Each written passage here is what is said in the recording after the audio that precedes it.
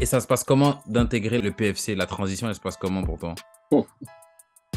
Je te promets, hein, quand je suis arrivé là-bas, je me suis dit, mais j'ai atterri où? Il prend tout le monde au fond du bus et il dit, ouais, on n'est pas venu ici pour s'amuser. Si vous êtes là pour faire un match comme ça et tout, on fait, je dis à Giovanni, il fait demi-tour, on rentre. Mmh. Moi, j'étais posé comme ça au fond du bus, comme ça, posé. Je vois, il dit mon nom. Je me dis quoi? Oh, mais c'est un ouf. Oh, mais c'est un ouf, lui. Bah, à un moment, je craque. OK. Et genre, en plus, tu vois, quand je craque, Ouais. je craque. Je viens plus. Je viens plus.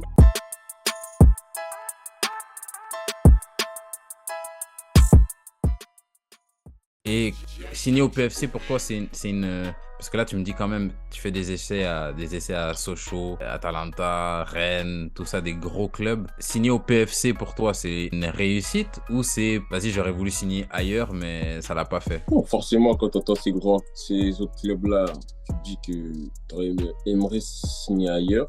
Mmh. Mais après, à la fin, c'est quand même, tu vois, c'est quand même une étape de franchie. Ouais. Tu vois, c'est quand même un avancement parce que je passe de U17 DHR à, bah, là, je joue en NAS, quoi.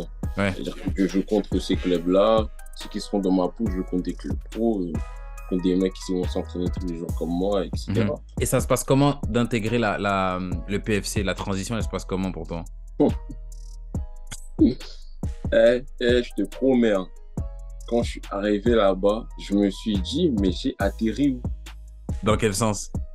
Dans le sens où j'avais jamais fait de prépa aussitôt. Mmh. J'avais jamais repris aussitôt et ils m'avaient mis dans un groupe performance, tu vois, un groupe élite, tu vois, OK. ils prennent les meilleurs U19 avec ceux en réserve et tout. Tu vois, ils font un groupe commun. OK. Et j'étais dans ce groupe-là quand je suis arrivé. Et tu vois, c'était que des mecs, frère, c'est pas forcément qu'ils étaient plus forts que moi, mais tu vois, ils sont habitués. Ouais, ouais, ouais. Eux, c'est leur dada, ils reprennent tout le temps là, il fait chaud, ils s'entraînent le matin, l'après-midi. Moi, j'avais jamais ça.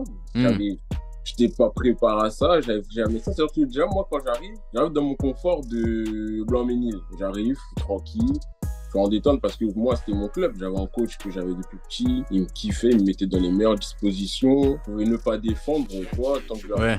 tu vois, tous ces trucs-là. Et j'arrive, mais je suis dans un autre monde, je suis perdu. Je te jure, je suis perdu, je fais des séances le matin, je suis fatigué, il y a de la muscu, il y a des trucs physiques. Les mecs, j'ai l'impression qu'ils sont plus costauds que moi, ils courent plus vite, ils ont plus d'endurance. Moi, je suis mort dès que je fais une accélération et j'étais à la rue, laisse tomber. Cette transition-là, elle a duré longtemps? Première partie de saison. Hein. OK, donc quand même un bon 6 mois et ça fait que tu arrives quand même à t'accrocher, à rester dans le groupe, performance ou? Non, je suis toujours dans le groupe performance, mais genre, c'est comme le mec, tu vois, qui calcule pas, tu vois, et tu vas pas OK. jouer, et là, c'est comme ça et tout. C'est-à-dire que même moi, passer du tout au tout, je te mens pas, c'était dur. Hein. Ouais. C'était dur. Parce qu'en plus, tu vois, les meilleurs U19, ils jouaient la veille en CFA, CFA Ouais. 2 à ce moment-là. Mmh. Mais ils redescendaient en U19 le lendemain. C'est-à-dire que même les places, juste pour être dans le groupe, elles étaient chères. Mmh. Après, j'avais fait quelques, tu vois, en première partie de saison, j'avais fait quelques bancs, etc. Mais tu vois, je n'étais jamais vraiment rentré. Et deuxième partie de saison, qu'est-ce qui change alors? Ouais, deuxième partie de saison, il se passe quoi? Bah, à un moment, je craque. OK. Et genre, en plus, tu vois, quand je craque, Ouais. je craque. Je viens plus. Je viens plus. Et l'équipe, 80% des gens qui regardent le contenu d'Au Cœur du Jeu ne sont pas abonnés. C'est inacceptable. Trop c'est trop. On peut pas accepter ça. Non mais John, c'est juste que... Arrête. Envoyez de la force. Abonnez-vous. Pendant au moins un mois et demi, là, genre Ouais. janvier, février, je viens plus. Tu leur donnes des nouvelles? On sait pas où Non, ils savent je pourquoi viens tu plus. viens plus? Je viens plus.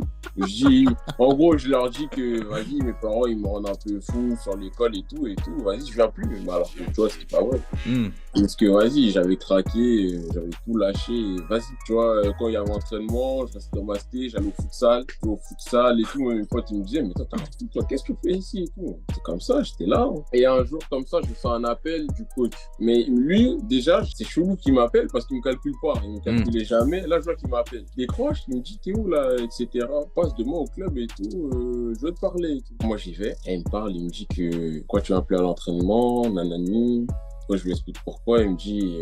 Tu lui dis la vérité ou tu lui dis. Non, je lui dis vraiment que bah, je vois que je joue pas et que vous n'avez pas l'intention de me faire jouer d'après ce que je vois et tout. Pourquoi je vais perdre mon temps, en gros? Vas-y. T'as vu, vous n'avez pas compté sur moi. Ça se trouve, à la fin de l'année, vous n'allez pas me garder. Ouais. Et il me dit que non, moi, je compte sur toi. T'as beaucoup de qualité et tout. Mais toi, dès le premier jour, j'ai vu un truc que tu devais travailler, c'est le mental. Les qualités, même les gens que je fais jouer à ta place, c'est pas meilleur que toi. Parce que aussi, au fur et à mesure, tu vois, pendant 6 mois, je jouais pas. Mais en août, ça y est, c'était bon. Tu vois, c'était bon. À l'entraînement, Ok, tu vois, à l'entraînement, je fais ce que je sais faire. Ouais. Mais je jouais pas quand même. Ok, donc ça veut dire, même à l'entraînement, tu t'avais montré qui t'étais. Donc les gars, dans le groupe, on savait, on connaissait tes qualités. Mais le week-end, t'avais pas le temps de jeu. C'est ça. Donc je me disais, wesh, il fait jouer lui à ma place. Comment je joue pas et tout. Après, il y avait des bons joueurs. Je suis pas en train de dire que tu vois, les joueurs ils étaient mauvais. Et franchement, il y avait des bons joueurs. Vraiment là, on avait, je te mens pas qu'avec le recul, on avait vraiment une sacrée équipe. Et bah, il me dit de revenir, de faire la fin de saison. Mais par contre, ce que j'ai bien aimé avec ce coach, c'est que il allie les actes à la parole. C'est-à-dire que je suis arrivé, je me suis entraîné, il m'a envoyé premier match titu direct. Comme ça. Mais je m'y attendais pas. On avait des placements à Quevilly-Rouen. On est dans le car, on est un peu en retard déjà. Ça veut dire, il voit qu'on est un peu en détente et tout. Il prend tout le monde au fond du bus et il dit ouais, on n'est pas venu ici pour s'amuser. Si vous êtes là pour faire un match comme ça et tout, je dis à Giovanni, il fait demi-tour, on rentre. C'est dans nos on peut jouer. Et il dit quoi, bon là, je donne la propos comme ça. Moi, je t'ai posé comme ça au fond du bus, comme ça. Posé, je m'attends à être remplaçant, t'as vu, tu vois, même s'il est marqué dans le groupe et tout, tu vois, je vais être remplaçant. Je vois, il dit mon nom. Je me dis quoi? Oh, mais c'est un ouf. Oh, mais c'est un ouf, lui. Il vient me parler à l'échauffement, il me dit quoi, là, je te lance et tout, nanani et tout. Vas-y, prouve-moi que j'avais eu tort. Bah, le match, on gagne 3-0. 3-0, je fais une passe D, je fais un bon match et tout. La semaine d'après, il me renvoie à Titu, je mets mon premier but en Bicef Nas, je marque. Et après, jusqu'à la fin de l'année, il m'a fait jouer. Je joue tous les matchs, même dans des gros matchs, il me faisait jouer. Je faisais des bonnes performances et tout. Mais après, lui, à la fin de cette année-là, il est parti. C'était plus mon coach. J'arrive en deuxième année U19. Et là, je peux dire, c'est cette année-là que les choses ont vraiment commencé. Vraiment commencé. C'est tout pour l'extrait d'aujourd'hui, j'espère qu'il vous a plu. Si c'est le cas, likez, abonnez-vous et activez la cloche pour être sûr de ne pas rater l'épisode complet qui sort la semaine prochaine. En attendant, je vous invite à me rejoindre sur Instagram parce que c'est là que je suis le plus actif et que j'interagis quotidiennement avec vous. Je vous invite également à me rejoindre sur TikTok pour des extraits de podcasts inédits et du contenu exclusif. C'est tout pour moi et en attendant la prochaine fois, peace!